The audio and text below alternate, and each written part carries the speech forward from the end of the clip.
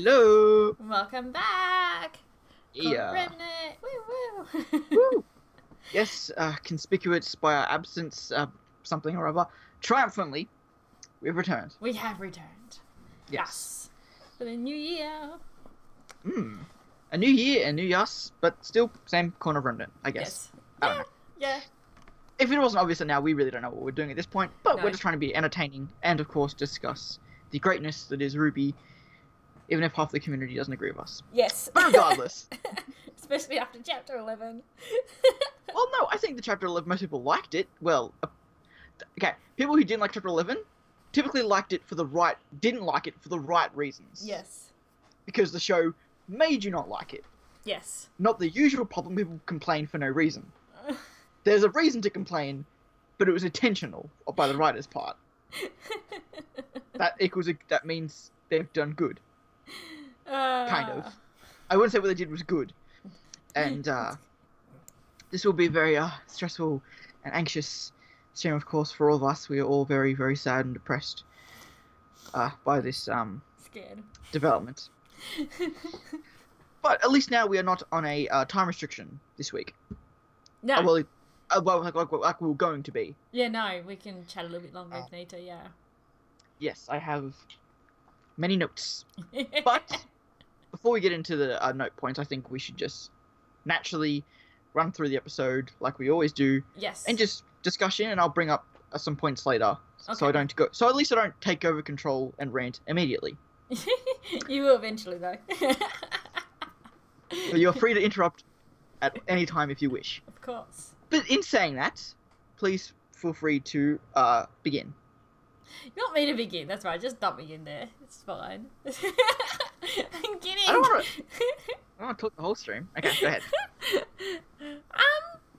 I don't know where to start with this episode. Okay, the room looked really cool. Let's just get that out there before we get distracted. It was kind of like the most schools, and Beacon had one as well. It was just like an address, like a big address hall where particularly the students would all sit or stand and just get like morning briefings or morning discussions, etc. like that. Like most schools had that big, just either indoor or outdoor. I'm trying to think. There's a term we used. I don't know. Again, I don't know if this is an Australian term or not. Big hall. I don't know. Yeah, because at our school we had an outdoor one. Assemblies. That's what I'm trying to think for of. assemblies, yeah. We had an indoor for assemblies. We had like when the bell rang at the start of the day, you'd all go sit down, one place, do roll call, etc. Then go off to your classes. Okay. That's what we did. That's what we did at least. We had an outdoor one for those kind of morning things. Yeah. But then we had assembly hall for like presentations, assemblies, etc. Yeah, my school had an assembly hall too. Yeah. Yeah. So. This was kind of like that equivalent, and Beacon had one as well. Like when Ozpin would ever speak to all the students, that was their equivalent. Yeah, yeah. You can tell how big the animation has come comparing the two the two grand halls, shall we say? Yes, yeah, definitely. And that statue looked really cool too. Yes. From what the post credits, it wasn't anything of significance. The post credits didn't hint to it being of anything significant. We do know that Mistral has a good connection to the land and sky and the gods and stuff. Yeah. So it's possible it could be. Like Crow said, there are many gods in Remnants, but Ozpin would say there are only two. So this could just be the god of the land and sea, or sea and sky from Mistral's culture. Sense. Yeah. Because they could have different gods in different cultures, but of course, even in modern days, you'll find that a lot of gods between cultures are actually the same, but just different interpretations of the same god. Yeah. That's why as someone who is a bit religious, I've never question of religions, because that's your interpretation of the same god. At least that's how I look at it. Yeah. In most cases, obviously not all. But one thing I did want to mention quickly was that, and this is something I've always thought, but I've never tried to actually research it all. So Remnant's moon has its own axis. It spins on its own axis. Yes. Because you see it at different variations of. Do you see it with a shadow front on, or you see the shadow from the side, etc. I believe our moon, if I'm not mistaken, the one face always faces the same. Yes, yeah. Like, it doesn't have its own axis. The same face is always the same. Whereas Remnant, the moon has its own axis. Yeah. Where it spins around the planet. Like how the Earth spins around the sun, but it spins itself. Yes, yeah. It spins around itself 365 times before it goes around the sun. Whereas our moon doesn't do that. It just has one rotation is one rotation. Yeah. But Remnants is different because, again, you can see it at different shadow points. So I just thought that was an interesting... Because the episode started with the full moon. Yeah. But in Remnant, the full moon is when the shadow is facing the Remnant. Yeah. Not the shadows off to the side. Yeah, it looks really pretty. So that was really interesting that's what they consider the full moon. Mm. Whereas obviously in us, it's just how much of the sun does the moon reflect. Yeah. That's whether or not it's a moon or not. So I thought that was an interesting little tidbit to get at the very start of the episode before they make it into the Grand Hall. Mm. And obviously, you know, Leo is flustered. He doesn't know what he's doing. No. You know, questions the weapons, but has his own on him. Yes. You know, asks, you know, dumb questions, etc., the usual. Yeah. It was really cool seeing all of them walk towards, you know, like the it's not the Marvelous Seven because Blake isn't there yet, but you know, the Marvelous Seven minus Blake plus Oscar and Crow. It was cool seeing them walk to the hall and stuff, and it's interesting that I wonder if it's really just a matter of, I'm talking about Yang's outfit here. Mm. I'm transitioning into this. I'm wondering if it is just I don't want to say laziness with the animation to not have her side things, her side flaps. I don't know what the leggings, because she didn't have them in this episode. No, she must take them off because like she took them. I didn't even notice that, but she took them off in chapter. She took them off in chapter 3, and she's had them on like once after that. Since then, she like doesn't wear them anymore. I wonder if it's just maybe they think it's unnecessary design-wise or unnecessary, you know, engine physics-wise, you know, to animate that or not. But it's a shame because I think her outfit looks so much better with them on. Yeah, I guess it's pretty easy for the fight without. Yeah, of course. But her outfit just looks kind of a little bit more underwhelming without it. It actually adds a lot more than I expected it does. We keep seeing it now just with the black leggings, and I'm like, something's missing. I feel like without the things. But again, it'd be cool if it was more like a Jedi-esque thing where she had them on, but when she had a fight, she took them off. Yeah. But the fact that she doesn't now not even wearing them even when she's not fighting is kind of just like, I hope that's not just a lazy, like a shortcut. I'm hoping. I don't know. But yeah, not sure. Even if it is, that's not a bad thing at all, of course. Yeah. Yeah. But okay, we see them all there, and you know we have them all there, and this is something I was mentioning to you, Larissa, earlier. How Weiss, to me, seems like the odd one out of this group. Yeah. My way of thinking about it like that, and this is why what happened to her to me made sense, or why she was the one who got hurt, made sense, was because she didn't, and much like the entire series, she hasn't had this final goal. Yes, now she wants to be the heiress again, she wants to take over the Sneak Dust Company, but in terms of the big picture, she doesn't have a reason to fight, apart from just being a part of Team RWBY and fighting for the sake of good. RWBY already has that excuse. That's her reasoning. She's fighting because her mother, and she's fighting because that's the right thing to do, and that's always been her character. Weiss has never been that character. Yeah. Yes, that shows her growth to be that character. But to me, this incident and this fight and this whole episode proved to me that Weiss was not out of her league, because that's another thing too. A lot of people will mention that the Weiss-Vernal fight was so one-sided. I don't think it was. I don't see where people really got that interpretation from. At least to a degree where it wasn't like Weiss was getting absolutely bitched by Vernal. No, she's just like a completely different opponent. To she's fought in the past. And Emerald has the same effect too, where it's like you can be the most skilled fighter in the world, but sometimes the most hardest thing to fight is someone who is unprofessional, someone who is sporadic, someone who isn't necessarily a professional fighter, like say Weiss and Yang are. But then when they come up to people, or RWBY, sorry, when they come to people like Emerald and Vernal, who have learned to fight scrappy, who have learned to fight on the streets, who have learned to fight in a more wild sense, that can sometimes, even though they're not better, that can sometimes be so off-putting to a professional trained fighter. Sorry, jumping back and forth topics and stuff, but yeah, the point is that I love the fact I like the fact that this incident with Weiss might have finally given her a proper motivation to be in this fight. Yes. Yeah, I get that. In the fight against Salem, in the fight against Cinder, because again, she was just there because she happened to find Yang. She didn't go to Mistral to do anything. You know, she went to Mistral to find Winter. That was the only reason. She didn't go to fight Salem, she didn't go to fight Cinder, she just happened to find Yang and got wrapped up in this. And she didn't know RWBY was there either. And now with this injury, if she survives, this would be good. If she survives, this would be good. A good another step for a character to be finally into this war. Yeah. I think. Okay. Yeah. Feel free to maybe. Do you want to talk about Yang and Raven? Oh, yeah. That was Yeah. Yeah. It is a little bit funny how she'll say, like, back in episode 8 she'll say Ty. Yeah. But then here she'll say mum to Raven. That I found that, like, I know I've seen some people mention that, and I'm like, that's an interesting, like, why does Yang call Raven mum? Yeah. But then she'll sometimes call Dad Ty. She'll sometimes call Ty Dad. And it's like one of those things where it's like, again, you got to realize, like, she did spend a good, like, 10 years of her life looking for Raven before she finally became a huntsman and got her mind off it. Yeah. Even then, I think it was still on her mind. Yeah, 100%. Now that you mention that, there was something else I kept thinking of throughout the week about.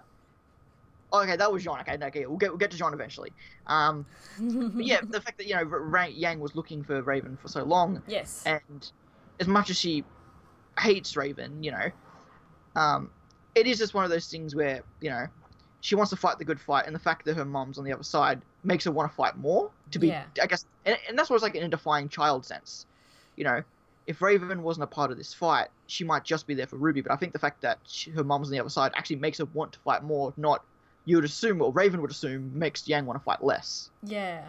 Yang doesn't want to be against Raven less because she's against Raven. She actually wants to fight more to prove her mum wrong, that what she's doing is wrong. Exactly. So, yeah, I see that. Again, a lot of Raven's mentalities do keep firing back in her face. Yeah. But that's, you know, Crow shoots her immediately because, you know, why would Raven be here? If you're going to shoot me, that was insulting. I love that line. I always forget if Anna or not was a professional voice actor or is a professional voice actor. I think she is. I think she is, because I remember someone mentioning that, and I'm like, I just thought she got the job because she was... No offense. I thought she got the job because, you know, she was Matt's wife. But I do think she actually was a voice actress, or is still a voice actress. And you can tell, because she does Raven so well. And that always threw me off guard, that the mentality of someone back when I wasn't into Rooster Teeth, the CEO's wife is this character. Okay, cool. But the fact is that she actually is as good as she is. And she really actually... I'm pretty certain she actually is a voice actor. It's like, oh, well, I just got proved wrong. She actually is so much... She deserves this 100%. Yeah. Yeah, and I like the fact that Raven brings up the fact that, you know, you were planning to attack me. You were planning to come steal from me. And it's like, man, Crow, that is kind of fucked up. Yeah, in a way, because I mean, not that I'm saying that's justifying anything fucking Raven's done. Exactly. But it is like, wow, you did do that. Yeah, he wasn't planning to kill her, though. He was just planning to take the Spring Maiden, or at least confront her about the Spring Maiden. I think that gunshot was, though. Yeah, well. But I just like that turn of, like, that actually does explain why Raven was so willing to fight to be with Cinder.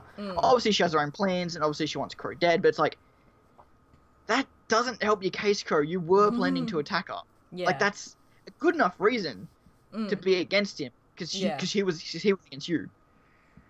And then, you know, she's still on the whole thing where, you know, obviously stuff's happened that we haven't seen yet with Ozpin and Crow and why she doesn't trust her so badly. And then we get, you know, RWBY being RWBY, which I guess at this point some people are starting to get annoyed of. I thought it was just RWBY to try and, you know, patch things up. It's RWBY, that is her character. Yeah, exactly. You know, it's like people will complain about Jean. Jean's weird, where people will say... we hate the fact that he's a main character when he's not meant to be, which I think is the stupidest argument I've ever heard. You know, it's an important character, just he's not the goddamn title show. You know, I understand maybe there's bias there because the writer is his voice actor, which, okay, I can at least understand that. Yeah. But Jean's always been a major character. I think that's always rubbed people the wrong way for some reason. And I think that might be because Jean is kind of like RWBY, a Mary Sue character. He's a bit of a trope character. But at least in John, maybe not so much RWBY's, but in John's case, it's a very well tried and true, good kind of Mary Sue character. Yeah. That's always worked well. But, you know, Ruby making a speech, etc., etc., again, always building to the landslide development she will get eventually. Yes. And that leads into one of my first notes I'd written down here. But, you know, Raven mentioning, you know, you sound just... And I love the facial expression. Raven especially, I've always had a really good facial expression. Even though from scene to scene, sometimes her face looks different, like they use a different model. I don't know why. Some perspectives, Raven's face looks... She's very bug-eyed.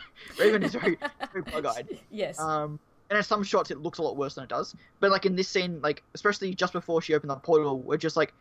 She's went from, like, questionable to resting bitch face immediately. Yes. And just said, you sound just like your mother. And this is one of the notes I'd mentioned I thought of. Stark, at this point, is pretty synonymous for being the group that fucks everyone. apart from Raven and Crow, hopefully. Yes, hopefully. But that brings the question. I've never heard many people talk about Black Rose, which is the Raven and Summer ship. Oh, okay. I actually hadn't heard of that one. Yeah, well, I had neither, but I looked it up on the big Google Docs spreadsheet. Yes. And I saw the Black Rose, and I'm like, I don't know. I wonder if maybe something. Again, it does seem like there's a lot of this team was really fucking close, and the only thing I think what makes the most sense is what would break up this kind of a team was relationship drama. Yeah. Because that's often the thing that will screw up really close friendships, is when relationships get involved and they fall out, and etc., etc. Yeah. I luckily have always had the fortunate of always having very good ends to my relationships, and I'm still friends with all my previous relations. Some people think that's a bad thing. I don't. But each to each their own. But yes, Black Rose. So I'm wondering if Summer and Raven had a thing maybe at some point, or. I don't mean necessarily a thing. They could just be friends, of course. Yeah, I don't know. But that connection, you know, that connection of, were they close? Did Summer cheat with Ty? Did Raven cheat with Ty? Or, you know, what's going on here? Because again, that Stark dynamic, you know, to this point makes almost no sense from the characters we see now. How did that work back then? And relationship dramas, as we know, there are some already with Raven, Ty, and Summer. Ty, like, we know that might have something to do with it, with, you know, Raven leaving and then Summer stepping in, you know, Crow possibly being with Summer, and now maybe even Raven and Summer being a thing. It's a really interesting dynamic how all that works. Yeah, I can see that. You know, if there was something there, and because she obviously has disdain for Summer, you know. Yeah. We kind of always figured that maybe it was Summer's death that made Raven this way, but this scene to me made it not seem that way. Like, she hates Summer just as much as she hates Crow, and just as much as she hates Ty. Yeah. And just as much as she hates Osmond. She doesn't... It wasn't like Summer died, I miss her, I hate you all. It was, I hate you all, bottom line. Yeah. Yeah. Yeah. So I'm really interested to see... and again, it's always interesting to see the Summer name drops. That's always like the big thing I look for is the Summer... Yeah, how does Ruby react? And the two cases it's happened so far, which was one with Crow in Volume 3, and now in Volume 5, still no significant reaction, so... She didn't get much chance to react, though. That is true. Gonna fire that is very true. That is very true. But, you know, if you listen to Red Like Roses, even though the songs, I always need to remind myself the songs aren't canon. Yeah, yeah. But from the song's perspective, at least maybe, and of course this may be changed writing-wise, but at the time, it was written as the way that Ruby resented her mother for dying. Yes. As a young child, you know, you don't understand things when you're younger. Yeah. But as a young child, she would figure, my mum left me, she died, you know, why? Yeah. And she didn't like, but, you know, the two times she's been mentioned, although, yes, one, she was hit with a fireball, and two, she was almost concussed from the silver, and she was still in shock over the silver ice thing, she didn't have a chance to react. But I'm always been of the belief that Summer is a real soft spot. It's like, that's the, like, Ruby hides all of that in her. She let some of it out with Penny and Pura this volume. Yes. But all that kind of stuff behind the Summer issue. But every time she gets mentioned, we're still not getting a reaction to that. Again, with the silver and the fireball, we've had reasons as to why. Yeah. But I'm still curious if that's a trigger if that will be a trigger for her at some point. But the fireball, and out comes Cinder, Emerald, Mercury, and Vernal. Yeah. Yeah. Fucking Mercury. Come on, guys. Is that how you think about old friends? Oh. No. At least his model is finally good now. His model looks good. I don't know. He still doesn't look right to me. His armband should be more metallic, but apart from that, no, he doesn't look the same. He's had a complete redo. He doesn't look like the same Mercury. But I think the model looks at least good looks now. Whether it looks like Mercury or not isn't the thing, but at least I think it looks good now. The eyebrows aren't weird anymore. The hair looks fine. He still has the fucking smirk. Yes. But it does look the most distinctly different from his volume, from everyone else's volume 3 models. Yes, yeah. I'll agree with you on that. So, and then we also move into the fact that, you know, Leo has been on Salem's side for years, helped Cinder and the team into the Vital tournament. Vital Festival, which was really interesting, yeah. Yeah. Again, I never questioned that. To me, it was like, there are so many students at this school. I'm sure, you know, we never saw a roll call, so I'm sure, you know, 3 students could have slipped through without them noticing, and, you know, why would Oz suspect 3 random, you know, kids? Yeah. You know, so, you know, but that is a cool, like, that's a cool little just piece of information we can go back to now. Yep. I think, definitely. Okay, what else happened before Jean? Was there anything else happened before Jean? Oh, just a bit of, there was some banter more like Raven. Banter. Yeah. Oh, yeah, like Crow realised, of course, that Leo was the one who got all those huntsmen killed that he was looking for. Which again brings up another point here that I will question. You know, does those names include Neptune, Sage, and Scarlet, all the other students from the Vital Festival? I don't think it would include students. I think it was just the other huntsmen. I hope so. Yeah. I would really like to hope so, but yeah, I don't know. This to me seems like a way could be a way to write them off the series, but I just feel like at this point, I feel like Neptune. I don't think they will kill all the students. That wouldn't make sense to me. I know it's not a very popular ship. I'm aware of that. I know a lot of people hate Neptune, but I'd like to see Neptune back. No, I'm being serious here. Yeah. I'd like Neptune back for Weiss's sake, because despite what you want, they care for each other. Despite what the fans think, they clearly care for each other. Yeah. And, you know, to the degree, like, you know, the same thing I always, you know, think the fandom has always the fandom makes you realize that these people don't like each other as much as you think they do. Like, Ruby and Weiss are close, but they're not as close as the fandom would make you think they are. Yeah. So they didn't have that one-on-one moment. I don't think they will. Yeah. Yeah, you know, Young and Ruby did 'cause they're sisters. You know, Weiss is still just a, you know, and that's what I mean, like, the whole Weiss and Yang thing was a surprise when we still didn't get a Ruby and Weiss thing, and the one interaction we did get was the joke about the coffee. So Weiss and Ruby clearly are not as close as the fandom would make them out to be. Yeah. So, sorry, White Rose shippers, but I feel like at this point, unless Ruby kind of comes to this episode and kind of realizes and maybe we get something there, I'm not sure. But Crow, kind of realizing, you know, Raven, how long have you been with them? Leo, what have you done? Man, Vic killed it this episode.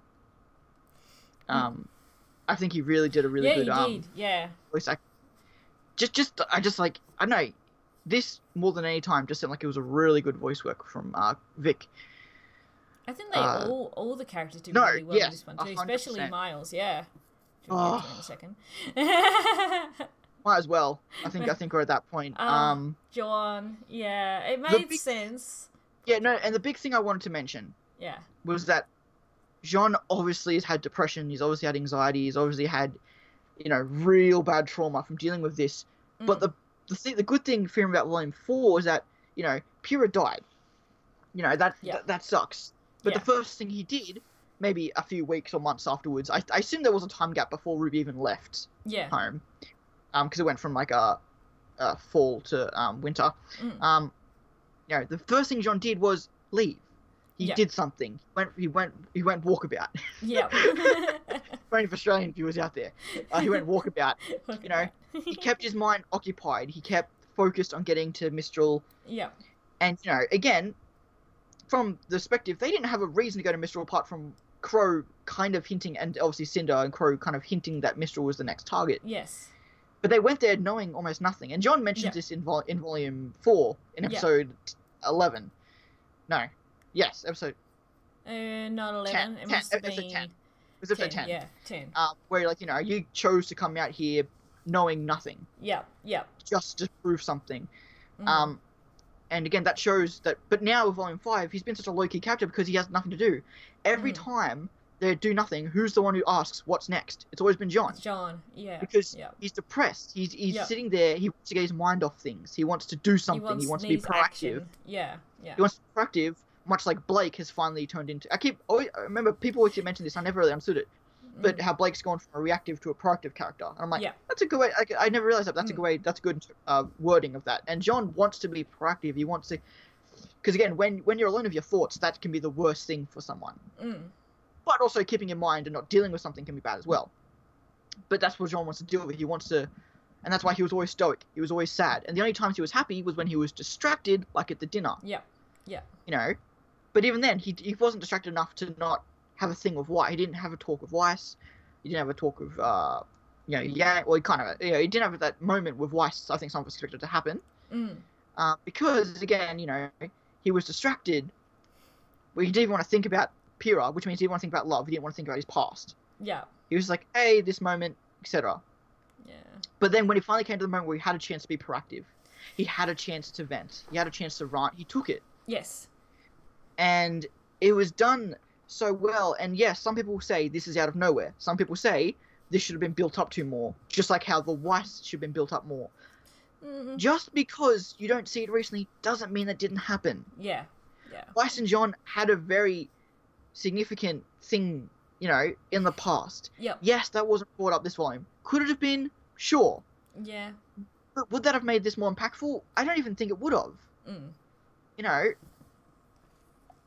Jean cares for Weiss still, but he's blinded by his depression over Pyrrha. Yeah. Right? And I think that all those feelings are still there. It's just because because we didn't see it this volume, people think this, And Cinder only did it just to mess with Jean, and just because she was the one who looked the most injured. She wasn't going to attack RWBY because she doesn't want to kill RWBY. She wants to torture RWBY. She wants to take out her eye. She wants to, But she actually was willing to kill Weiss, or anyone, not just Weiss. Or anyone, yeah. She was just the best target. Just to mess with Jean. Yeah.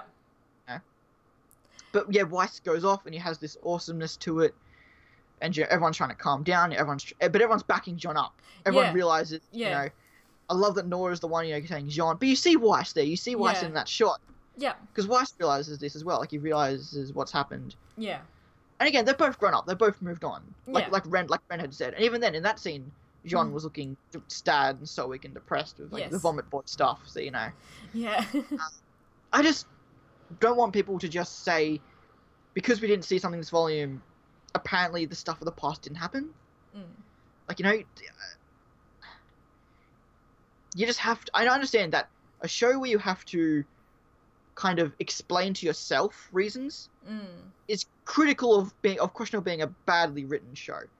I'd much rather that than being written all the answers in front of my face. Yeah, I'd like to try and figure RWBY out. has this great idea, positive or negative, of letting the fans think for themselves.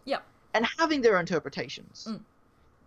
But when you go as far as criticize the writing, that always is across the line for me. No. Never criticize the writing of a show. You have no idea what the fuck you are doing. And also, we don't know where it's heading either. It doesn't make sense to us now. But, that's my big point. Everyone rewrites the show. The writers, unlike many other TV shows, for example, they know what the end of Volume 12 is going to be. Volume 12. They know what the end of Volume 10 is going to be. They know what the end goal of the show is. Well, we don't. Almost every other TV show, they typically don't. They write season by season. That's why most TV shows are bad these days. Yeah. RWBY does have a final destination. Yeah. No pun intended. For the Life is Strange thing that keeps popping up. But it so that's why you can't criticize the writing. When the show ends, could the show have been written better?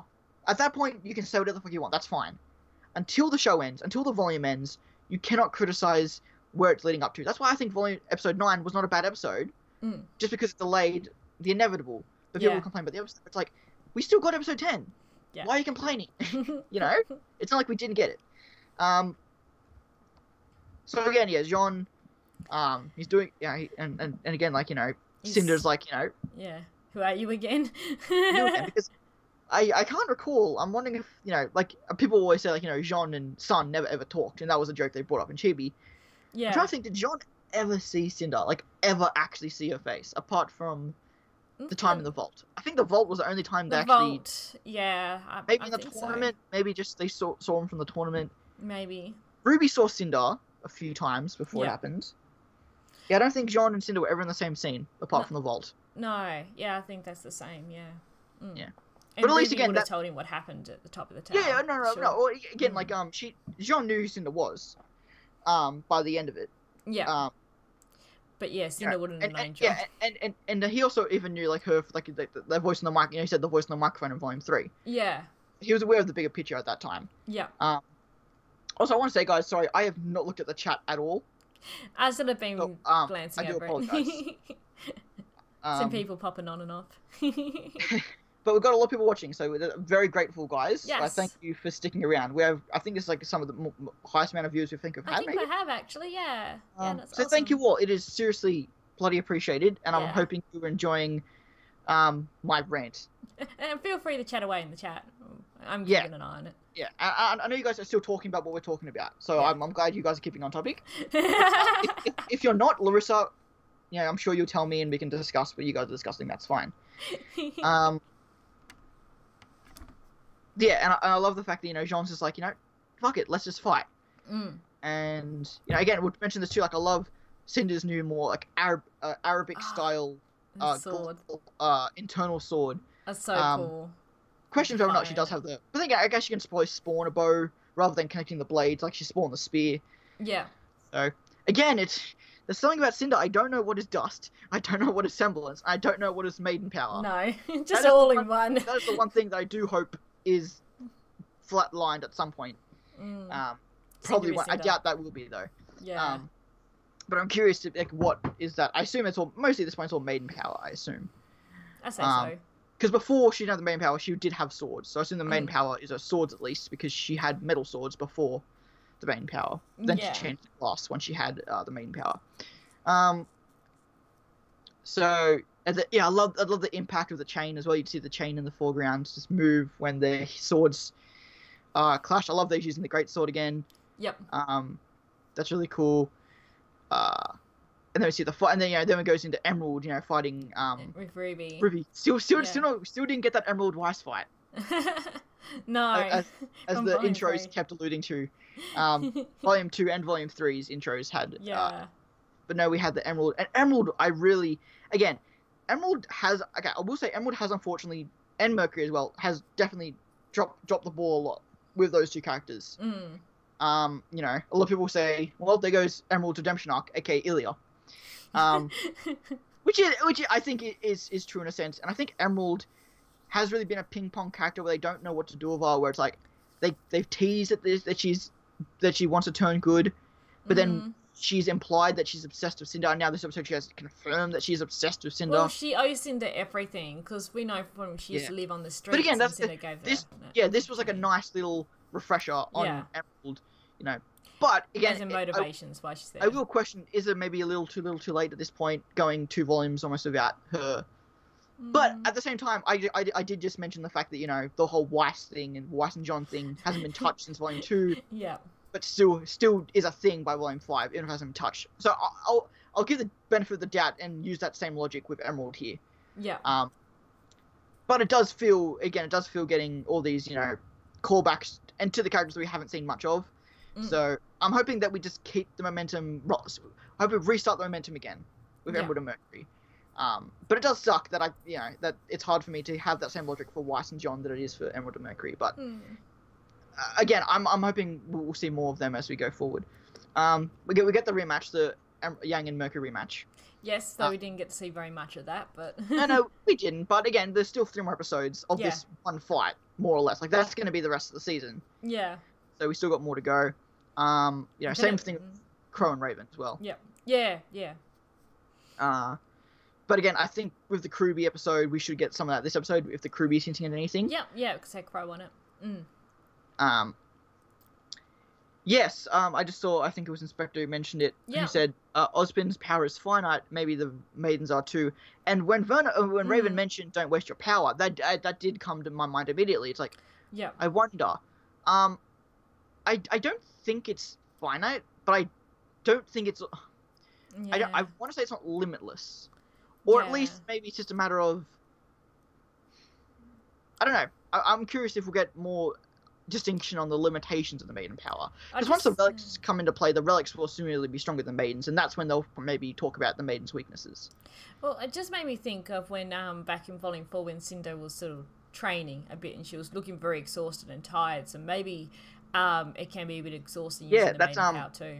Yeah, and even Amber, you know, once she used all of her power, the glass dust hit her quite easily. Yeah. Because she just used a lot of power, so maybe... Yeah. Maybe they just have a recharge. I don't know if I feel like Ozpin's is finite, but I feel like maybe the gift isn't. Yeah. Like that's why he used so much of his power, because he gave it regenerative property, the magic itself, maybe reusable properties to it. Again, that's the thing. Like magic is something like, for a world that has dust and semblances, magic is something so much more infinite. Yeah. Yeah. Than what we can confirm. Or what we can have an idea of. So yeah, we have all the, you know, the start of the fights. You know, we have the Ren, Nora, Hazel fight. Oh, Hazel showed up as well with Adam and the White Fang. Oh yeah, I forgot about that. Yeah, and the White Fang are planting bombs again. Yeah, their bombs. I'm glad they used the same model bombs, so they did in Volume 2. So like that's a nice little callback. Yeah, they're smaller versions, but they're still the same thing. So that's a nice little callback. Again, like Adam, tonight the Haven will fall. I kind of always questioned, you know, why, but then I realized, if the White Fang are centered in Mistral, then it makes sense for them to want to destroy Mistral, so Mistral can be their capital. Well, it's more Adam who just wants to destroy everything. Yeah, but even then, that's the point that I remember the AfterBuzz TV guys. If I don't know if you've ever watched the AfterBuzz TV crew, they do RWBY reviews podcasts. Oh no. Anyway, they mentioned the fact that Leo is a Faunus, which we found out this episode. Yep. Which was one of those things that's so obvious you don't think it's true. But yes, he's a lion faun. It's like, yes, he's Leo the Lionheart. He surely won't be a lion faunus. And we see him. Okay, he's not. Then he took his coat off. Oh, he has a tail. Well, there you go. So the stream just stopped for some reason. I think it started up again. Oh. Yeah. The stream has been buffering. Actually, from what I've seen. Yeah, it's there we go. We're back. So guys, make sure to tell us if it does. Yeah, keeps. I don't know if it's my internet or not. But the stream does seemingly keep stopping. Yeah, it's got all green bars, so I haven't. I've only dropped some frames, but not a huge amount. Yeah, make sure you guys mention it if something bad goes wrong. Yeah. Because I've my thing scrolled down to the chat, not the video, so I can have a good view on it. But we have, Adam wanting to destroy any shaft that's bigger than his own. Destroying the two towers. See, I called it the two towers were the equivalent CCTs. Yeah. I could be to the one, but I'm pretty sure it's both. They both work as one. So that's cool. And we will get the Lord of the Rings Aragorn moment where Blake arrives on a boat full of ghosts, aka Faunists, to fight away. Adam. Yeah. Then we when the fighting starts, what's the first? Well, we see Ray, Vernal and Weiss, stare down are more than just a name, and we have that kind of cool stare down, which is awesome. What is it? Oh yeah, then we get Leo. Oh yeah, Leo. Oh, let's get Renora and Hazel and that kind of thing. And I love the comparison, the Ren and Hazel, how similar they actually could be. Yes. It almost does seem like the power of Nora and Ren would make something like Hazel. So it's like that's a cool. That's cool. I like seeing that. And of course, later in the episode, I don't know if they did this with the Yang and Mercury from the intro, but they did reuse the same choreography from the intro they used for this Ren and Nora fight scene. Just from a different point of view. Yeah. Which I am 100% okay with. Yep. I have not seen anyone complain about it, which I'm very surprised. No, I've seen some people point it out. I'm very surprised people didn't point it out. At least I haven't seen any. But one thing I did want to mention, and this is a touchy subject, so I apologize if I don't want to offend anyone. I really don't. But the reason why, and this might be an exception to what I just said, the reason why I think we should like the new Volume 3, 4, 5 fight choreography more than Monty's stuff. Monty's stuff was so much more visually pleasing. I'll agree with you on that. Yeah. It was longer. It was more satisfying. That's the big thing now. Once the Kim Newman stuff and Melanie and the other people gets longer, like minute-long sequences, then I think that you shouldn't have any complaints about the fight scenes anymore, ever. Hopefully. It's just because the fight scenes now are good enough, but they're just not long enough. Yeah. Is that a fair thing to say? Yeah, I agree with that. I'm really happy with the fight scenes, but I know some people won't. But the reason why I think the fights now are better because they're more character focused. The fight scenes now reflect the characters more than Monty's because Monty's stuff was just a lot of the time was just reused rigs he'd done years ago for other characters and other films. Yeah.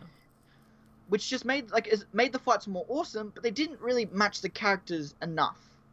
You know, Roman's fighting was very inconsistent over the series because sometimes he'd be really good against Blake, then he'd get beaten by Blake, then he'd be good against RWBY because it was really inconsistent with the different scenes Monty used.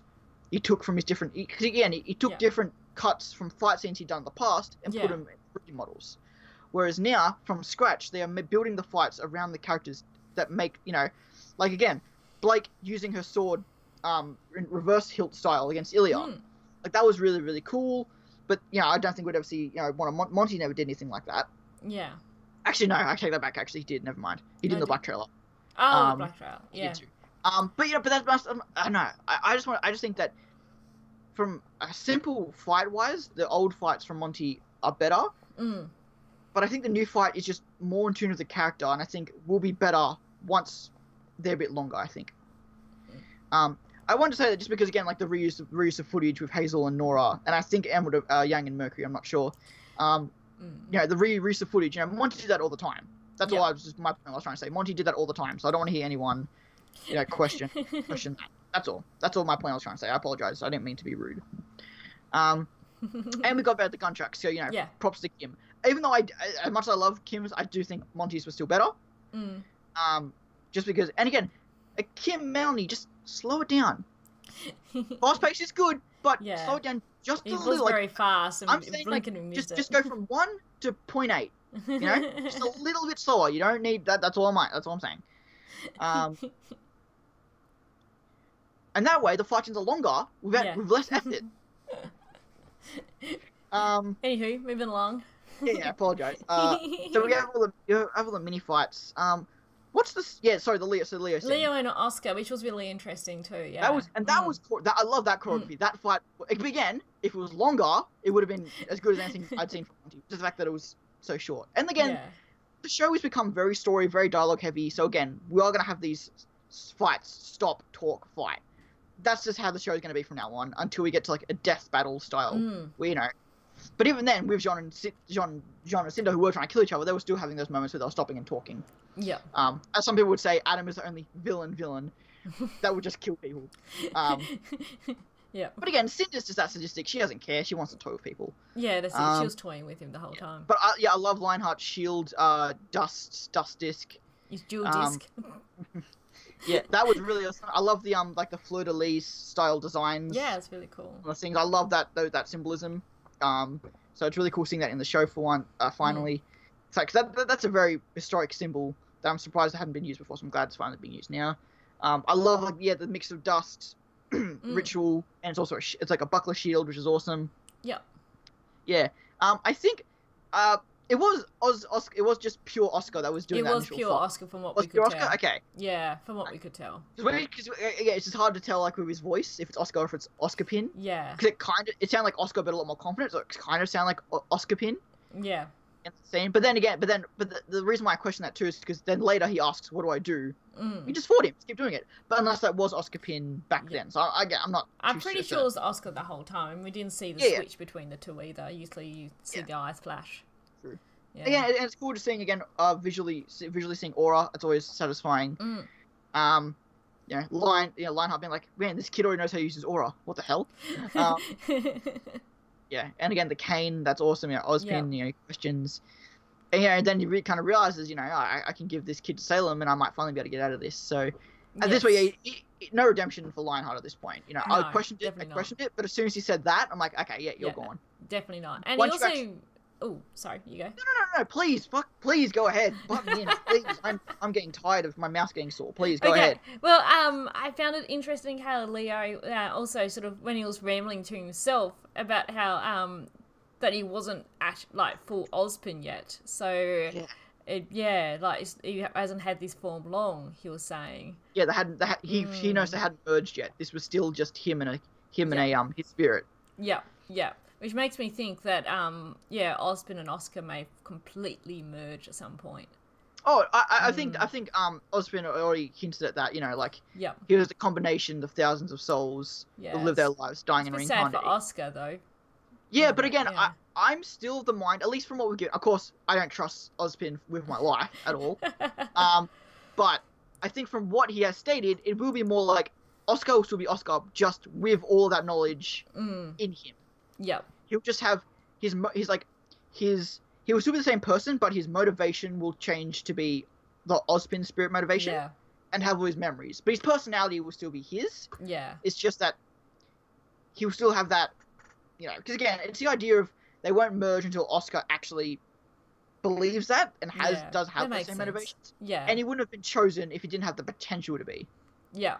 Again, like-minded soul and all that. Yeah, the newest soul does become the dominant one. Okay. I do. That's my interpretation of it, at least. I don't think Ozpin is going to fully just take over the body. I don't think. Yeah, everything in the Volume 5 trade happened by episode 5. Yeah. At least audio, visually, it was all done by episode 2. Yeah. Or 3, maybe. I think it was 2. 2. The only thing that wasn't in the first 2 episodes from the trailer was the who would ask for this line. That was in episode 5. Yeah. I believe. Feel free to correct me. But I do believe they didn't use much, which is good. I'm glad they used the trailer that way. Yeah. We have the fight with Leo. That was awesome. And then I think we jumped to the. I want to say that was Weiss and Vernal. Yeah, pretty sure it's Weiss and Vernal. Again, that choreography was awesome. Yeah, it looked great. I love her using the glyphs as defensive. Yeah. Because we saw that used Volume 1, but she hasn't done that much since. It's cool. Because again, she can make a dust shield. We saw that in Volume 2 and Episode 2 of this volume. Where she just goes like that and does like a dust shield. Oh yeah. It's cool. She used like the black gravity glyphs as defenses. That's awesome. I have a lot of notes on this. Yeah. Weiss hasn't fought in like a year. Yeah. Against someone. So, again, yeah, she got beaten, but again, she hasn't fought in a year. She's a very elegant professional fighter against a scrapper, wild kind of character. So Weiss will always have a disadvantage there. She's a maiden. She's been training for years. Yeah. Okay, again, because some people always question why Weiss lost this, and I don't get why. Well, it makes sense to me, because... yeah, exactly. Yeah. Weiss didn't fought also, like him. Yeah. The big point, I was like, the huntsmen fight Grimm. They're trained to fight Grimm. Yeah. Yes, they have tournaments against each other, but that's against other people who are trained to fight Grimm. Yeah. They're not solely trained to fight other people. Like, RWBY is terrible at fighting anyone other than Grimm. Especially hand-to-hand. Yeah. Like, look at this fight of Emerald. She wasn't doing exactly very good herself. She was just being very defensive. And that's because she doesn't want to hurt Emerald, because she still thinks good of Emerald. Yeah. I think that was actually all. I said the out of place stuff, but we'll get back to that with the stab wound. What Weiss hasn't fought in ages. Like, she fought the White Lieutenant in the past, and she lost against that, the White Fang Lieutenant. That's true. So I sort of got that. And Vernal was acting very what's the word? Like, she wasn't unpredictable as well, which didn't help with Weiss. And, again, that's what I mean by she's a scrapper. She's a wild fighter. She's not a finesse professional fighter, which Weiss is, so she'd be much more used to fighting that style. Yep, so Weiss had to go on the defensive a lot there. Also, Vernal's weapons are nothing like Yang is. No. Weiss has never fought anything like his weapons before. Yeah. She's fought like Grim Claws. She's fought probably rapiers like Winters. She's fought. As a matter of fact, I don't think she's ever really, apart from that one lieutenant fight, she's never really had a sword fight before. No. All the other times she fought, it was against like the trumpet. It was against like she was always more long range weaponry. Yeah. And again, that's where she is more skilled at. So she could have used that more in this fight, but Vernal was so fast that she couldn't get enough distance to fight long range. And yeah, she did go to a crutch. She did go to what she's reliant upon, which is I'm glad they did that, because I kept thinking that the entire volume. Like episode 2, episode 4, she kept summoning the night, and I'm like, okay, this is bad. Yeah. She's kept summoning the night, and I'm glad that was resolved here. Yes. Again, she kept trying to summon the night, and that in the end screwed her over. Yeah. Because she become reliant on it, which is good, because that means in the future she will not rely on it so much. Yeah, and she looked like she was either going to summon or do something else at another one point when she held her sword up and she was sort of running a hand over maybe to the fire dust or something, but Vernal interrupted at that point her. she was trying to do long range stuff. Yeah, but Vernal got behind her and shot her before she had the chance. Again, that's the problem, that Weiss, again, is a very like kind of finessed fighter, but she does like her slow moments. Yeah. Think back to Volume 1 when she fought the Grimm. She had that moment where she was like preparing, you know, because the Grimm were just stalking us. She was like, okay, let's just get my foot right, prepare to attack. In a fight against someone like Vernal, she's not going to give any no quarter. She's going to keep fighting. Just keep fighting, yeah. Keep pushing. Vernal's weapons are awesome. I'm curious what the lasers are. Yeah, someone mentioned that. I'm like, because we've never really seen that before, lasers. No. So I'm curious if that's some sort of dust. Fire dust or something, but it didn't look like fire. I'm curious if that's something. Maybe a mix of lightning and fire dust or something, maybe. Yeah. I don't know. She could have run out of dust because she was using a lot of the dust glyphs as well. Yeah. She was using a lot of the glyphs, so she might have been running low. Again, I love the fight. I love the scene. Again, I'm always a sucker for sword to sword fighting. That's why I loved Crow-Tyrion. That's why I loved Weiss Lieutenant. So this fight wasn't a particularly favorite of mine because it was a bit more bouncy, a bit more, you know, run away, get to a distance, hit, run to a distance, hit, run to a distance, hit kind of thing. Yep. But I still loved it. And they did the shot again with the wide shot, Weiss jumping along the glyphs. They did like they did in a Volume 5 trailer, character shot, I should say. Yep. Oh, I'm getting tired speaking. I'm sleepy myself, actually. I'm glad I'm putting you to sleep. No. And then got that final, you know, which is like, you know, I have to do something here. I can't win this fight. Let's summon the Bulbasaur, let's summon the Knight. Let's do something. Let's just. I think maybe she was even trying to do the ice spike shield. She trying to do the ice shield. She might have been, yeah. I think maybe the ice. That's she trying to do the ice shield more than anything. Yeah, that would. Although she might have done the finger thing with the summon. So I'm not sure. But regardless, you know, that got there. Vernal wasn't going to give it any leeway, and there goes Aura. Yep. And you get Jean. He's just like, you're going to let her die too. And it's just like, this is what I mean when people understate how significant this was just because they haven't spoken in so long. Yep. Jean, again, like, this is always my thing. Everyone in Volumes 1 to 3 was like, Jean, stop being so stupid, go for Pyrrha. And I'm like, when you have a crush on someone, it's not that easy. Exactly. Just because someone likes you and you like someone else doesn't mean, okay, I'm going to forget the person I like and just like the person who likes me. Yeah. That's not how crushes, not how love works. No. John loved what... Jean probably wasn't as daft. Jean probably knew how Pyrrha felt. Yeah. But it's like, I'm sorry, I like this girl. Yes, you're better. Yes. But that's not how that works. I don't think he saw Pyrrha romantically till near the end. Till probably volume around, maybe around the dance of Volume 2. Yeah. But even then, nothing came of that until really the end of Volume 3. But that's my point, is that, like, you know, that doesn't go away. Yeah. Everyone was, like, thought John was being so stupid, but that's like, yes. If I was in a situation and I realized Pyrrha liked me, it's like, yes, Pyrrha is, in almost every way, better than Weiss. Yeah. From as just a person in general. But that's not the point. Yeah. I like Weiss. Yeah. You know.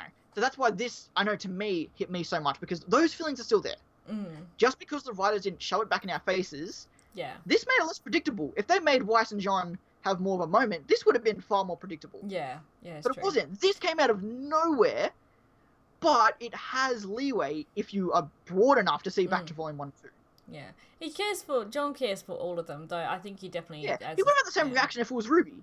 Oh, yeah, or even... That's the thing, too, like, he would have had the same reaction if it was RWBY. Yeah, maybe not Yang, but he probably... I think still seeing anyone speared is still... Yeah, but especially if it was Ren, Nora, or RWBY and Weiss. Yeah. It could have been any of those four. But, you know, Ren and Nora were still healthy, they were fighting off Hazel, RWBY was knocked out, so Cinder doesn't want to mess with her, because Cinder, one, just got hurt, and two, Cinder wants to, do more to RWBY than just kill her. But it's like... Yeah. There's a girl over there, you know.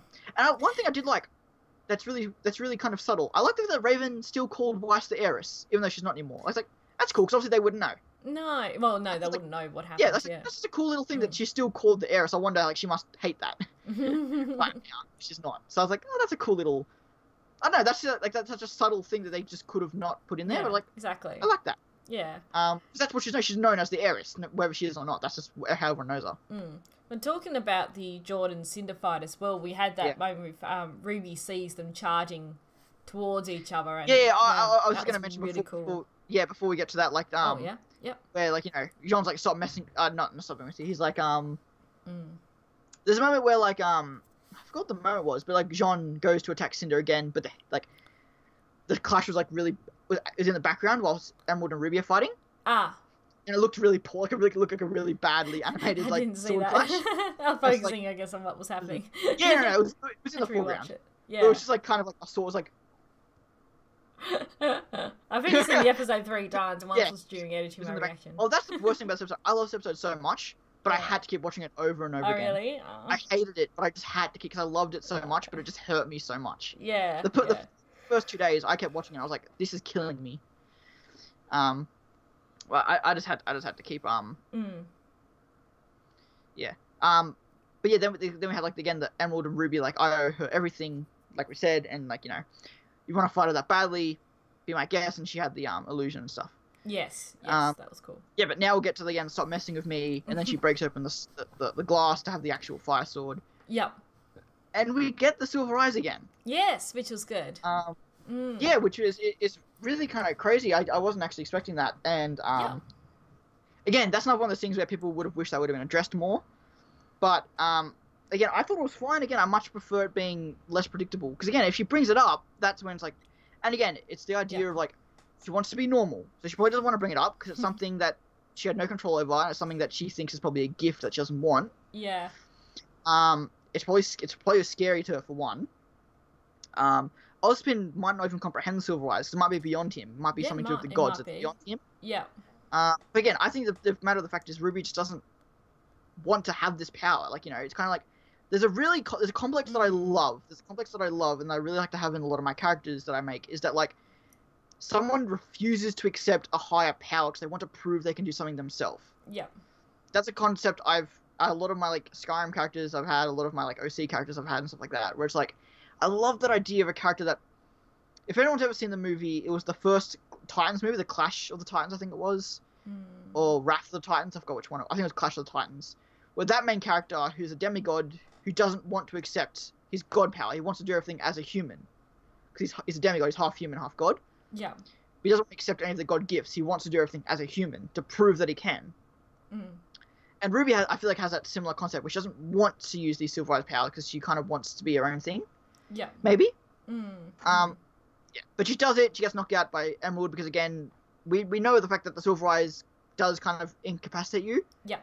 So it's kind of like a thing which was really susceptible to injury at that point because her brain was kind of like on fire and exploding out of her head. It was like a little knock in the head, knocked her out. It's like, I know some people thought that was stupid. I found it okay. Yeah, well, it made sense for Emerald to knock her out. It could have been shown a little better. Like it was a bit ambiguous what happened. Oh, okay. It was just kind of like a bright light, then Ruby kind of falls. Well, we saw Emerald retract her weapon. But it wasn't that clear. Oh, okay. I feel like. Then obviously Cinder goes down because of, I assume, grim arm. Which does kind of lead to the idea of the fact that the Silver Eyes isn't good against the maidens. It's just good against grim things. Yes. Yeah, which makes sense. Yeah. Which again questions me. Okay, then why is Salem not more concerned about it? Yeah, I think at the moment she's just Again, I've always pointed out that Salem doesn't care. Yeah. She just wants Cinder to be happy. So if you want to kill Ruby, go ahead. Yeah. But again, if she is like grim, then it's surprising that she isn't maybe more interested in this. Yeah. But yeah, like her and I gotta say, of all the tropes that people say Jean has as a character, I never in 100 years, and I'm so happy it happened, expect him to go for a fucking kill shot at that moment. Yeah. That is the most what you should do in that situation that no one ever does. Yes, he saw an opening and he went for it. Yes, he stabbed. Was that stupid? Okay, sure. Yeah.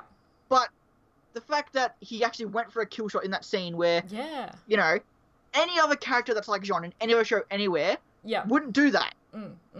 That is such a trope where like you let the villain, you don't take your opportunity to attack the villain. He did.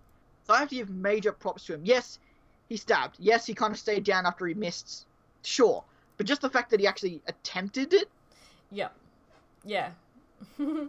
was just such a satisfying, like, non-trope thing for them to have gone with. Yeah, it's just like, and I love the fact that, like, he's like, you think you can defeat me? You? Really? I love It's that. really Like, pissed her off. Your death wish. And someone even mentioned, I remember if it was on Reddit, Amino, over on Twitter, someone mentioned the fact that, what if Jean does have a death wish? Yeah. What if he doesn't care? What if he's that depressed that he actually just doesn't care? Well, he even said, my or life he just wants to matter. be, wants to be with Pure again. Like, what if he just doesn't care anymore? Yeah. It's the others that matter. It's what he says. Yeah. So yeah, he's living for the others. Which I think is something people keep overlooking. Is that that is such a commentary on Jean and as the show. Everyone keeps saying that why is Jean a main character? Jean doesn't even think he's a main character. No. He realizes that RWBY, Weiss, Blake, and Yang are the important thing, and he'd die for them. So I hope that gives some people a little bit more ability to think, okay, maybe Jean actually isn't the main character because he thinks that he himself doesn't think he's the main character. Yeah. Like that was such a subtle tease, little in your face to the fans that complain about Jean. Him saying that they're the ones that matter, not me. Yeah. Then we get to the moment. Yes, the moment. Okay, a spear is a lot harder to aim than an arrow. She was a lot further away than she was with the arrow. Yeah. She doesn't have depth perception anymore. No, well, no, she's only got one eye. Seriously, throwing a spear accurately is, especially that was a big spear. Yeah. Guys, it is not, and the fact that she got a good enough shot as he did is impressive. Trust me, a spear is not an easy weapon. No, it was very. Especially for someone who's never used a spear before, as far as we've seen. Yeah. I did see, if anyone of you know who Keith is, he's a Pokemon / RWBY artist. Oh yes, yeah. He's just his own Weiss and his OC ship. Yes. He posted a photo. It was like human anatomy, and then this picture of Weiss. It's the liver, and the 4.6 of liver injuries are fatal. She'll be okay. Yeah, no. Again, Weiss is fine. At least now she could still be killed, but that wouldn't kill her. I don't. Again, it's always the thing too. Blake had the exact same injury. Yeah, she got stabbed. And she was fine. She was up and walking after that injury. Yeah, that's true. Weiss, again, in shock and pain, fainted because of that. Though Blake may still have had her aura to heal her while Weiss's aura is depleted. That's the only funny difference. Well, no, because she wouldn't have been stabbed if her aura was still there. I think she probably still would have been stabbed through it, like how we were talking the other day. Like, it's not going to bend the sword or something. Yeah, it's one of those things where piercing weapons, does that kind of break the logic of aura? I think it probably would. Which, if it does, that makes Jean stabbing a lot more sense. Yeah. Actually, you know what? I'm going with that now. I'm 100% going with that now. For that. Yeah, it makes sense to me. Yeah. But again, it's like one of those things where her aura will recover and then thus heal her wound. Yeah, but it may not recover. We don't know how long it takes. Yeah, but again, Blake still has that scar, so it didn't heal completely. It's very hard to see, and I think I noticed it. Yeah, no, it was a retcon in Volume 5, I think, so I don't think it was in Volume 4. But in Volume 5, in some very, very specific shots, we can actually see to a side through a coat. You can see it looks like a scar. It should be visible for how a coat is. But I think because they forgot it in Volume 4, they put it really hidden. It's still there, we just forgot to put it in her actual outfit. Yeah. Yeah, no, I think her not hitting her mark made sense. Yeah. For Cinder. I think Weiss getting hurt again, I think makes sense for her character because now it gives her a reason to be in this fight properly. If she survives. Yeah. And I think she'll be fine. This will hopefully strengthen Weiss and John connection. Hopefully RWBY wakes up and does and reacts some way. And maybe John, depending on what happens next, really semblance. And this will likely be the catalyst. And again, that's why a lot of people think this is stupid because they're just trying to give John. God, I hate some people's opinions. I'm sorry. Like, oh wow, the show is being written to do something. How could they? Oh, yes, Weiss was hurt to make. That's how a show works. Yeah, exactly. Stop it. Stop it. Yes. So people think it could be cutting through aura. People think it could be healing. Apparently, in Grim Eclipse, his ability is healing. In Grim Eclipse, he buffs and things. I haven't really played him much myself. Yeah, but yeah. I think he does like team buffs and stuff, which makes sense. I still, even though I want to think this, although it doesn't relate to the situation, I think his semblance should be polarity, like Pura. Yeah. But given if this is his semblance moment, then it won't be polarity. I doubt it, unless he kills Cinder, which I don't think Cinder's going to get killed. She may get injured again. I don't think I'll say the earliest end of next volume, I think. Yeah. But I still think it's a possibility. It's a very, very, very low possibility. Yeah. But I slightly think it could be possible. But to reiterate, guys, like Weiss, I think is fine. Yeah. This if anything is a good way to get us to Atlas again. Oh well, yeah. And get everyone to Atlas, because everyone could go with Weiss back to Atlas. 1, because that's where she lives, and 2, that's where she could get healed best. Maybe.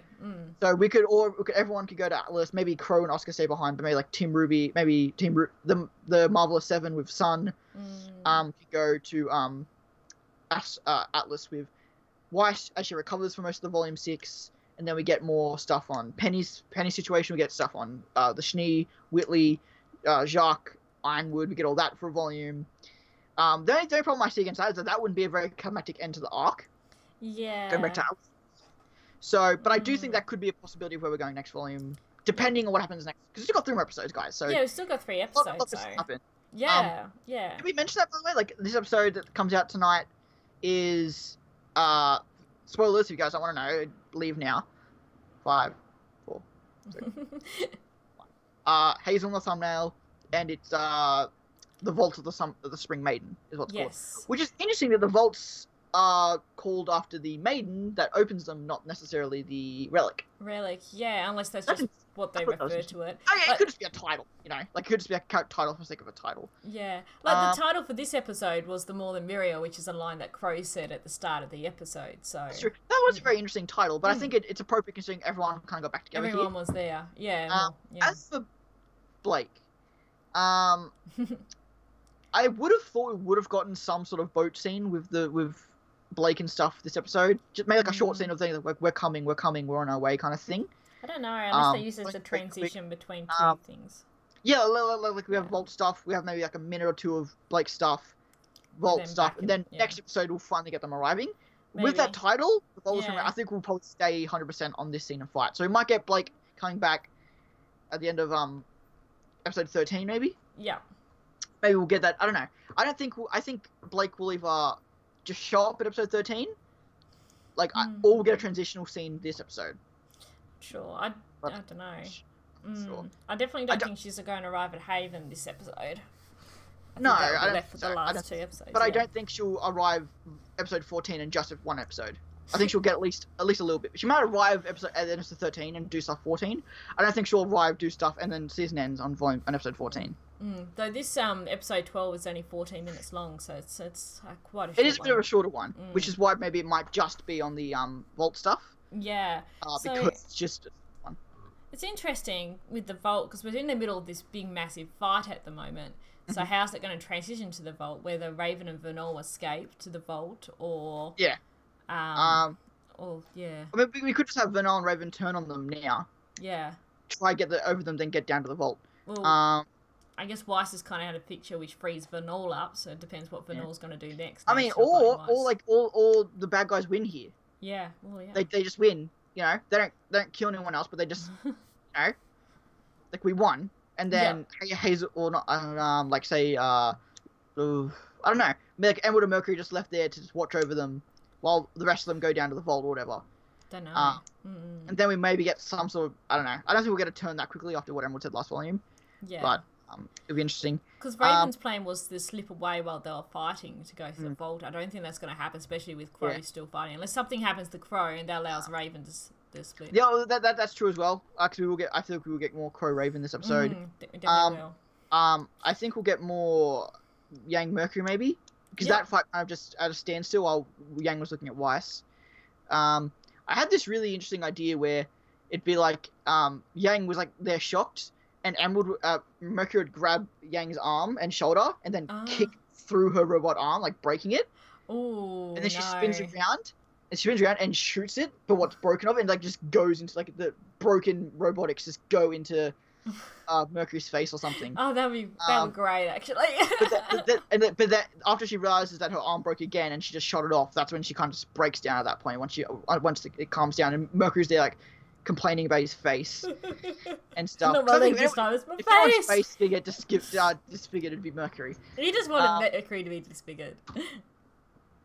I would love, imagine if like during this Crow, and I've always thought this, imagine there's like this Crow-Raven fight, Raven opens a portal and they just go and start fighting on Patch. Yeah. Twice is like, what the fuck are you two doing here? Why are you two trying to kill each other? We're all just posting the chat, so maybe Raven opens a portal to Ty and forces Crow through it.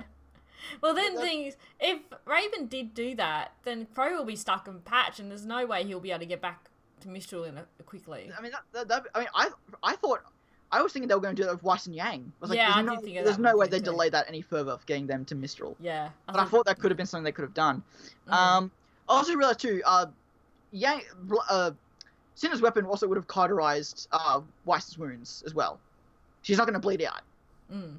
The fight, because cauterizing is like when you like, I think that's when like a wound is like burnt shot from fire and stuff. So because it's like a fire glass, like that's why she won't bleed out. Why she won't bleed out? Because like it's cauterized. Yeah, it's cauterized. Yeah. It's like when a lightsaber cuts off an arm. You know. Yep. It won't bleed out because the lightsaber cauterizes the wound. Yeah. It's heat. Yeah. Yeah. And it's interesting the spear disintegrated too. Yeah. Yeah. Without Weiss, luckily Weiss didn't disintegrate. Thankfully, Weiss didn't disintegrate as well. Don't think I could have dealt with that. No, no. Like I've said all like along on Twitter, I love Weiss so much because I found her after I lost Penny. Yeah. Like after I lost Penny, I kind of I realized how much I cared for Weiss and how much like I didn't want that to happen to her. So I don't want that to happen. Weiss, after losing Penny, I don't know if I could actually. I don't know if I actually handle it. Like I was talking to someone at work, someone I'm trying to get into RWBY. Yep. And I even mentioned to her, I'm not going to mention RWBY more than once because I'm traumatized by what just happened in the most recent episode. So I'm not going to mention it more than once. And she's like, what are you talking about? I was like, you'll see when you get to where I am. Yeah. My mum's been watching the series with me, and she loves Weiss, and that's what I just said to her. I said, no, we're not going to watch chapter 11 until chapter 12's out. We're going to watch them together. Because of that stupid cliffhanger. Well, I think we probably should wrap it up. Yeah, okay. Yeah. I was looking through the chat, but if you want to wrap it up, that's fine. Oh, well, if anyone wants to, anything in the chat we want to bring up, or if anyone has any questions. Yeah, guys, if you've mentioned anything that we've overlooked, please, I'm looking through back stuff now, but if you guys have mentioned anything that we might have missed, please feel free to say it again, and I'm sure Anna will happily mention it. Well, that's a good point, RWBY. RWBY Sakura just said she's talking about Yang. Yang saw her friend get impaled. What happened last time she saw her friend get stabbed? She lost her arm. That's it. Oh, God, I didn't think about that. Yeah.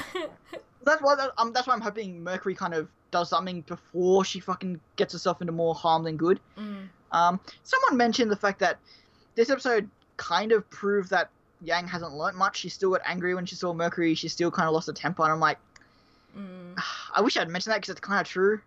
Yeah. I guess I don't want to say she's not learnt anything, but it depends because she hasn't used a semblance for a long time. So yeah. Well, she didn't activate her semblance in that bit anyway. She didn't have the red eyes. I remember on the one of the RWBY Rewinds, they mentioned how it's like, yeah, we'd love to give Weiss the fire hair. Tell us how to do that in Maya, and we'll do it. It was just something they just don't know how to make her hair go on fire in Maya. It's just too hard. It's a lot harder to do than it was in Poser. So oh it's like, God, I can imagine. Yeah. So it's like we want her hair to go on fire again. It's to make it look good. Like it didn't look good in Poser, but it for that engine it worked well enough. To make it in Maya, it has to look good, and I don't know if we can actually get it to look good. Yeah. Honestly, guys, people complain about cliffhangers. I think are just at this point, just stop. Like seriously, guys, it's not something worth complaining about. Well, I only mentioned it because, like, I get the frustration of it, but it's like it's just it makes you want to watch the next week, doesn't it? It works. It does everything. Besides, and also, we've never. This is the first time we've had a death cliffhanger. Yeah. So don't criticize this episode. This is the first time we've ever had a death cliffhanger. I don't like how it ended on that, but it might make more sense when we see what's going to happen next. Yeah, a death. Yeah, or I can tell from the rewind at least. It's immediately after that. The second it's immediately after that. No, not Weiss with her hair on fire. Yang with her hair on fire. I think you did say Weiss because I thought Weiss at first when you were talking about it, and I realised you meant Yang. I probably said Weiss.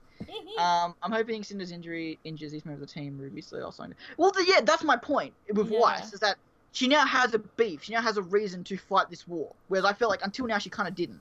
Yeah. She was just doing it because she happened to find Yang at Raven's camp, and she was just going along with the plot. Yeah. Now it feels like she now actually has a reason to want to fight. Yeah. And again, RWBY does it because RWBY, and she'll have reasons when it comes to Summer, and they'll be explored more when it comes to Summer and Salem and whatever connections that is. Yeah. I somewhat remember it was Hazel who was the one who mentioned the Silver Eyes thing. I wonder if Hazel and Summer have something. They said yes, we've fought their kind before. Yeah. Yeah. And it's like, and you know, Ozpin's clearly known Hazel longer than probably everyone except for Salem. Yeah. He's probably the longest foe he knows, because he probably didn't know Tyrion. He definitely didn't know Cinder. He probably, I imagine, didn't know Watts, but he could have. Yeah. And it's cool. We might actually get, since Watts isn't there, we might actually get maybe a small scene with Salem and Tyrion and Watts. Yeah. Well, Salem was meant to be talking with Tyrion. At this point, it'd be like Watts returns and like Tyrion comes out and it's like, how long have you been torturing him? How long have you been away? That'll literally be what it'd be like. Cinder's been, Salem's been torturing him for like months. Yeah. Or like a month or two at this point. And it's like, oh, he was crazy as it was. This isn't gonna hurt him anymore. Just go make his tail, make sure his head's still screwed on. That's honestly like what I expect. Like just to like in question, what did Ozpin do to make the giant livid? That could be a RWBY Rewind spoiler. So. Oh. Oh, wait, what? Well, no, we know Hazel has some sort of beef with Ozpin. Yes. And in the RWBY Rewind, that was brought up. That idea was brought up. Oh, okay. Because like Leo was like, yeah, I'm not even gonna say anymore. I don't wanna. But yeah, let's see anything more. Cinder's mask, yeah. I love. There's such an old thing. If anyone's ever seen, this is gonna be a random as hell reference, by the way. Yeah. If anyone's ever seen The Land Before Time, very old cartoon, 2000s. Yes. It's like 13 movies of like this animated dinosaur series. It definitely sounds familiar to me.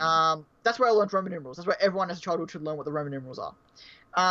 But basically, in that, because it was an old 2000s cartoon, so all of the background was all like pre-rendered, obviously. Yeah. And then the characters were put in foreground. Yeah. Whenever anything would break, it was so obviously different to the background. Like there was an obvious difference. Like it was like the backgrounds looked like paintings. Yeah. But then if they were walking on like a cliff set face, you could see an obvious chunk that wasn't the same patterns and colors. Yeah. It was like just a bland brown. So you knew like it was a cliff face that was all textured. Then you see just a brown piece of rock there. It's like, well, that's gonna break. It's the same thing with Cinder's mask. You could see there was a little chip in her mask before she actually hit it. Oh, was there? I didn't. There was a very visual like little dash where it was like rigged to break off. But it was quite funny. I was curious if we were gonna get the mask breaking off. Maybe when she went full maiden, the other mask would break off. Yeah, but again, clearly there's still so much to Cinder and like what she's become now that that's still something that we need to. And it definitely looked like she didn't have an eye. It just was like black hole there. No, that's always been there. I don't think that's her eye socket. I think that's just like I think that's meant to be like a rigging trick to know where the eye would be. So it's like like even back in Volume 4, yeah, like that black space where eye would be was there. I think that's just on the mask itself. It's not like a hole. Oh, okay. Yeah, it could be. It could be, but I think if it was, that's poorly portrayed because I didn't get that interpretation. I think it's like when her hair's away, so you can see where her eyes would be, so it doesn't look weird. Yeah. So you can still see where her eyes would be if she didn't have the mask.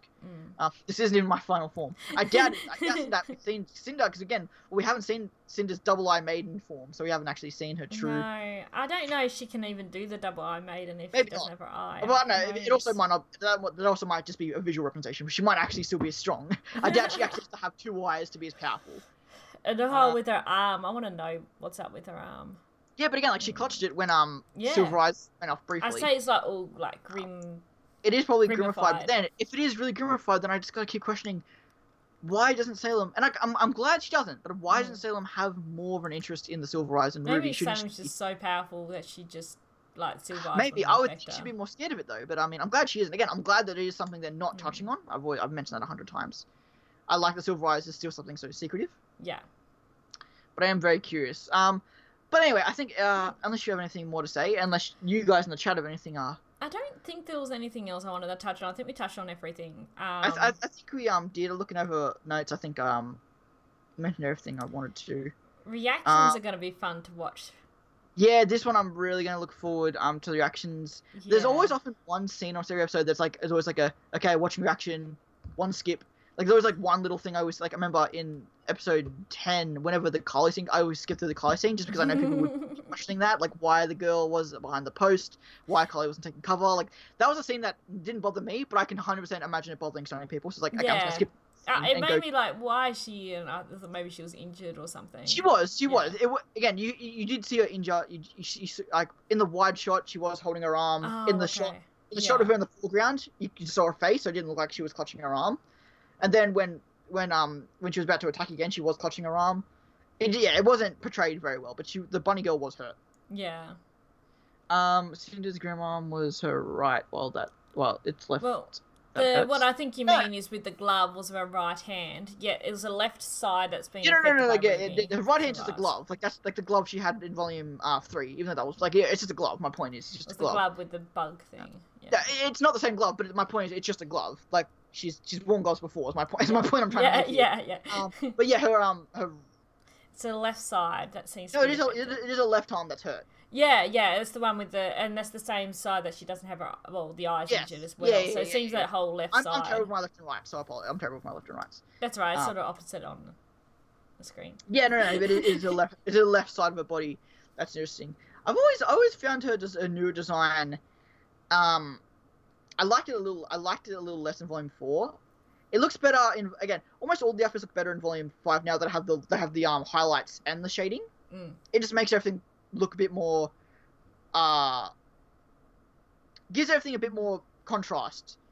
Whereas in volume 4, again, I was like, Blake's thing is pure bloody white with like no saturation, with a little bit of shadows here and there. Yeah. At least now it's like, it's a darker white, but it has the pure white highlights. Yeah.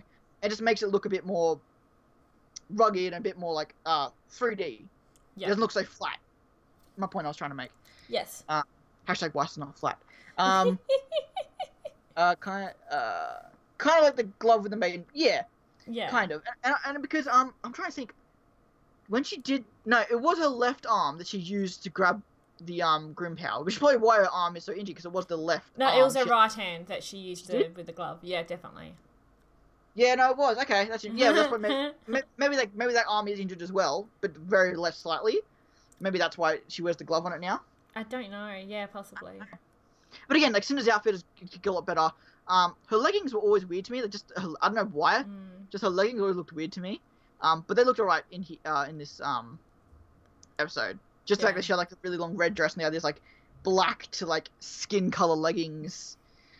With the glass boots. I wish the glass boots looked more like glass slippers, because I've always questioned whether or not she had glass slippers or not. Like it seems like they kept going back and forth whether she had them or not. Yeah. But I think she does. They're just not that obvious, I don't think. At least Salem tells her that Silver Ospen has forgotten. I think it's just more of a matter of Ospen doesn't really. I don't think Salem really knows what it is either. I don't think either of them really can assure exactly what it is. Ospen sort of tells everyone what he thinks they need to know at this moment. Yeah, that's the thing too. It's not a surprise Ospen keeps shit from RWBY, Yeah, he thinks, well, they don't need to know about this right now, so I'm not going to tell them. Cinder was Anakin before she became Burnt Vader. That's pretty cool. That's great. Do you know what I thought it'd be a really cool scene? This isn't a RWBY Rewind spoiler at all, so just in case anyone thinks, because this is such an amazing scene that it should happen. So I'm not surprised it would be a RWBY Rewind. Anyway, I'd love if I forgot who it was, but the idea of like Cinder went up to someone and was like you can it was Nora, where say Cinder would go up to Nora and it's like, so you can absorb electricity, but you can't absorb fire, and does a massive like volume 3 level fireball at her, like not like a fire beam, and you just have, and then you see the explosion, it goes away, and you see Yang there with her fire hair. It's like, neither can I, but I can dish it back, and she just absorbs the hit and just like fights Cinder back. That's awesome. Twice, like that would be cool. An amazing. Because again, like Yang could probably, in theory, at least absorb fire damage more than most people would. She probably would. She probably can't absorb fire like Nora can absorb lightning, but she can probably endure fire more than most other people, because I love she just took that hit and it's like, neither can I, but I can give it back. And then you just see a Yang Cinder fight for Cinder Weiss. Like, that would be so awesome. That would be awesome. Okay, I think that's about it though. I think we're good now. Yeah, I think we're good. Yes. Oh, very tired. Just go to work. Yeah. Oh, this sucks. Yeah. Well, Anyway. thank you everyone for joining in. We had a lot of people on today, so that's awesome. Yeah, seriously, guys. Like, this has been, although the chat interaction hasn't been amazing, I think this is probably one of the. We have people lurking and watching, which is fine. I don't mind. Yeah, no. I mean, like, we haven't been interacting with the chat that much. Is what I meant. Yeah, no. You guys have been commenting like awesome. And it's crazy. I'm glad we're such a turnout. So I guess maybe this time works better for most people then. Well, I think this is usually around the time we would start, just half an hour early. We started straight after Vitacast. Yeah, I guess it's a fair point. Yeah, so we'll try and do it this time. We'll just wait for Vitacast to finish and then we'll start. Yeah. Yeah. I think maybe that half an hour break is actually maybe was a bad thing. Maybe people like got. I think maybe jumping right from Vitacast maybe just help people be a bit more like well, talk about different out. Let's keep going rather than that half an hour break. They probably went away and then maybe didn't want to come back. They got distracted by something else. Anyway. But I've talked enough. Please, you end this, please. Yes, so we will be back again next weekend to discuss Chapter 12. Yeah, to talk about more depression and anxiety. Yep. Hopefully not, but yeah, with how things are going. I'd say it's going to get worse before it gets better with this end of the volume. For sure. Oh, also, when Weiss survives this, Monochrome will have matching wounds. Yes, I've seen a lot of things about that. Yeah, that's the best thing about watching Savage is that she'll have a matching wound with Blake. Jeez. So thank you all for watching. Check out the description. We've got our social medias in there if you want to follow us on Twitter.